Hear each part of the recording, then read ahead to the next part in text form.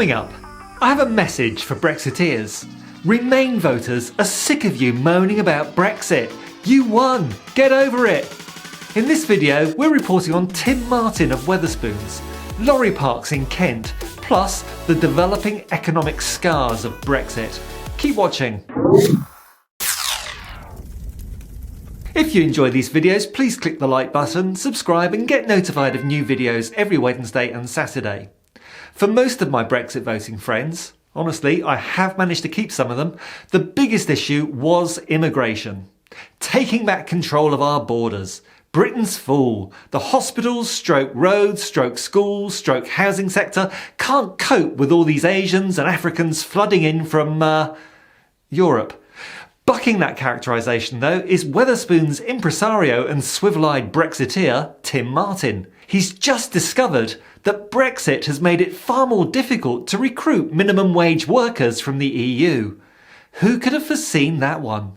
He's now down on his knees begging Alexander Boris de Pfeffel Johnson to introduce some sort of fast-track visa scheme so he can ship in low-paid workers from the continent to work in his grotty down-market pubs. Due to the hostile environment for citizens from the continent living in the UK, which was of course first introduced by Theresa May and then turned up to 11 by Priti Patel, there has been a biblical-scale exodus of EU workers back to their home countries.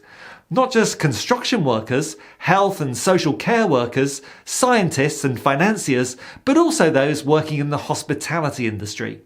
So much so that many pubs are no longer opening at lunchtimes because of a lack of staff. And wait for the knockout punch here from Tim Martin. He's suggesting that workers from countries which are geographically closer to the UK should be given preference. The Daily Express even reported him saying that because the UK has a low birth rate, we should embrace a liberal immigration policy to make sure he can staff his pubs with low-wage workers from abroad. He describes it as a plus for the economy and the country. Scandalous if you ask me. Before you know it, he'll be demanding freedom of movement between Britain and the EU. Remember, this is the same rabid Brexiteer that removed all European beers from his pubs after the referendum result. But Tim Martin is not alone amongst hospitality bosses calling for relaxed immigration rules.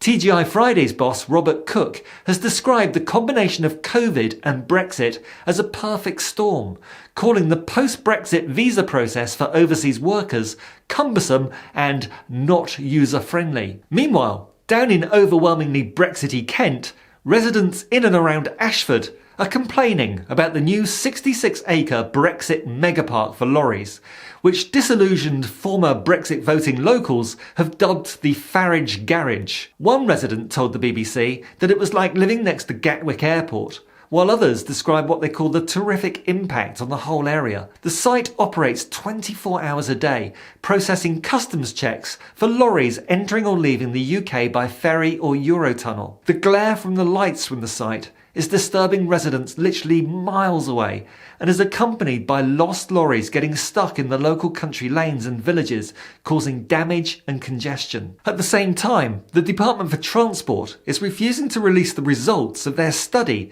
into the site's environmental impact. To me, though, this is just a minor symptom of the government's post-Brexit attitude.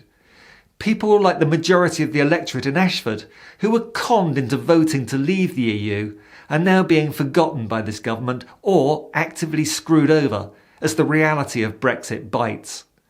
And when I say a minor symptom, the biggest manifestation of the Brexit illness has been identified by researchers at Ashford University this week, who calculate that £113 billion was lost in UK services exports as a result of the Leave vote in the referendum. And once Brexit actually happened, well, the intergovernmental think tank, the OECD, also reported this week that the UK economy faces deeper economic scarring than other G7 economies because Brexit is exacerbating the effects of COVID-19. Yes, UK growth is currently at a post-war record high, but that's still not taking us back to where we were pre-COVID. The OECD have made it clear that the UK could suffer more longer-term economic damage than the other G7 largest economies because of the additional impact of Brexit.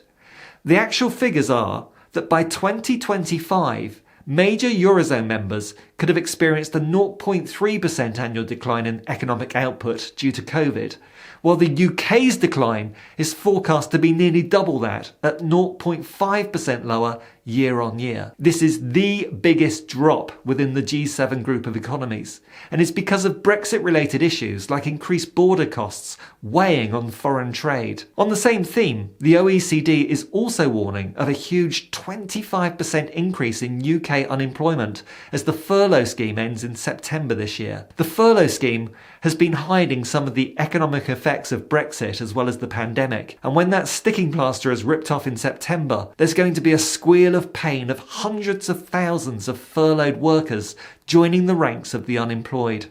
Welcome to the Brexit, sir. I'm sorry. Oh my God.